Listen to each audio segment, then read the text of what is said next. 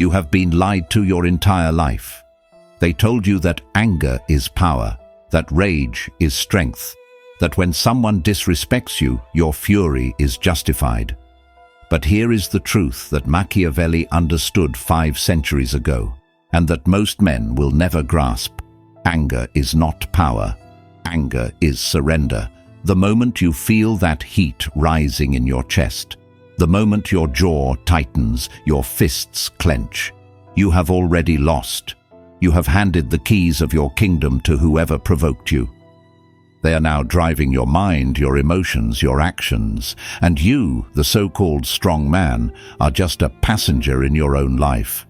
This is the trap. This is the game that weak people play without even knowing they are playing it. They poke, they prod, they disrespect, and when you explode, they win. Not because they are smarter, not because they are stronger, but because they found your button and pressed it. Machiavelli wrote that a prince must never act out of emotion, only out of calculation. The man who controls himself controls the room. The man who loses himself to anger becomes a tool in someone else's hand. Think about every time you have been angry, every argument, every confrontation, every moment you said something you regretted or made a decision you later wished you could take back.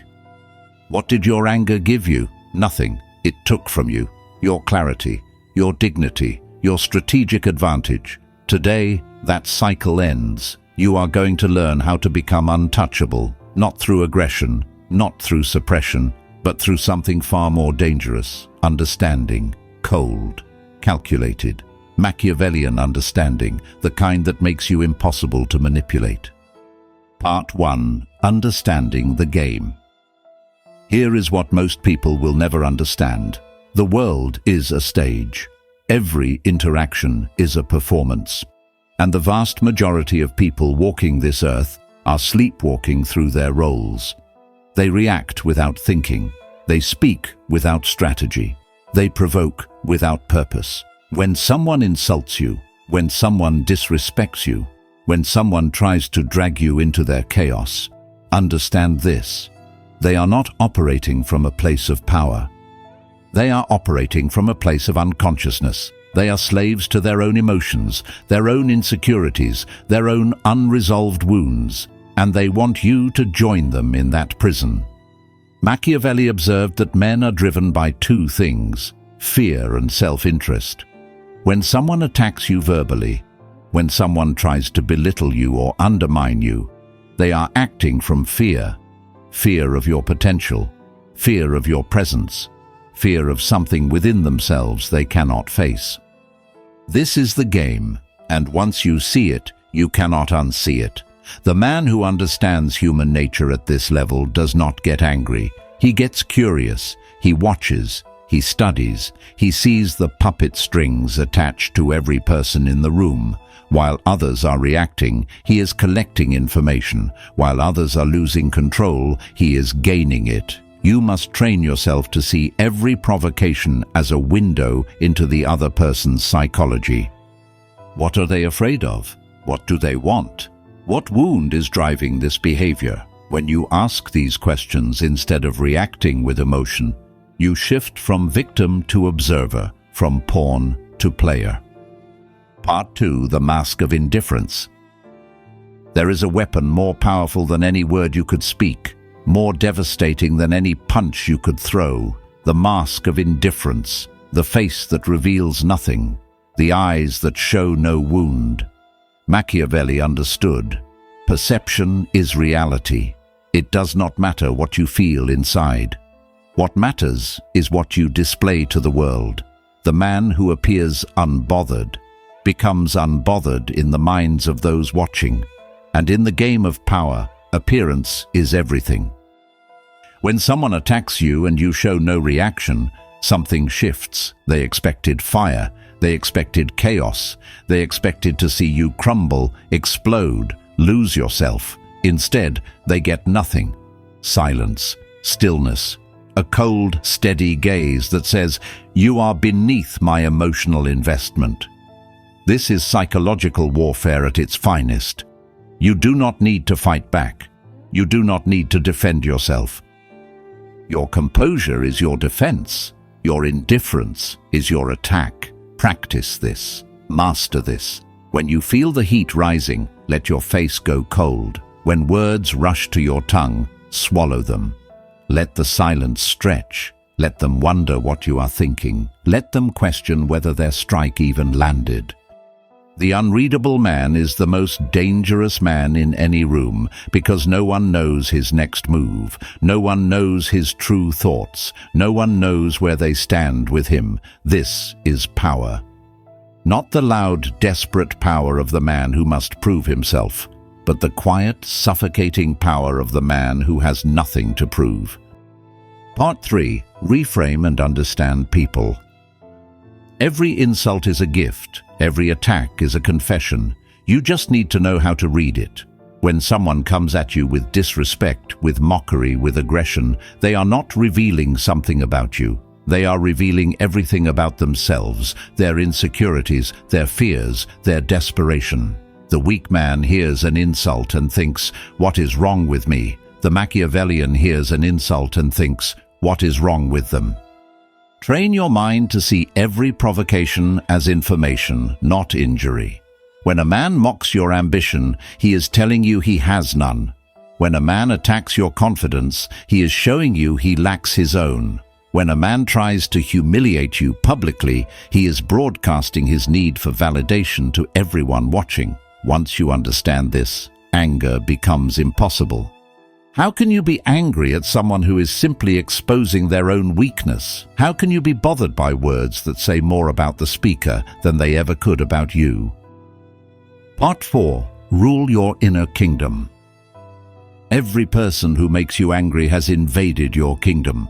Every situation that disturbs your peace has breached your walls. Every word that lingers in your mind and poisons your mood is an enemy walking freely through your halls. This cannot continue. You must become the tyrant of your own mind, not cruel to yourself, but absolutely, unquestionably in command. When a thought arises that does not serve you, execute it. When an emotion surfaces that weakens your position, starve it. When a reaction begins to form that would give power to another, strangle it before it reaches your face. This is not suppression. This is sovereignty. Most men are ruled by their emotions because they have never decided to rule them. The Machiavellian takes complete ownership. He knows that no one can make him feel anything. They can only offer a stimulus. What he does with that stimulus is entirely his choice. Train yourself daily. Meditate on your reactions. Review your triggers. Study the moments when you lost control, and dissect them like a general reviewing a lost battle. When you understand your patterns, you can interrupt them. When you have mastered your inner kingdom, you walk through chaos untouched. Storms rage around you, but inside your walls there is order. Enemies scream at your gates, but inside your mind there is silence. Part 5. The long game. The fool reacts in the moment. The Machiavellian responds in time. This distinction separates the men who are remembered from the men who are forgotten. When someone wrongs you, every fiber of your being screams for immediate retaliation. Strike back, hurt them, make them pay now. But this is the path of the amateur. They sacrifice long-term victory for short-term satisfaction. The wise prince does not act when emotion demands it. He acts when strategy permits it. He waits, he watches.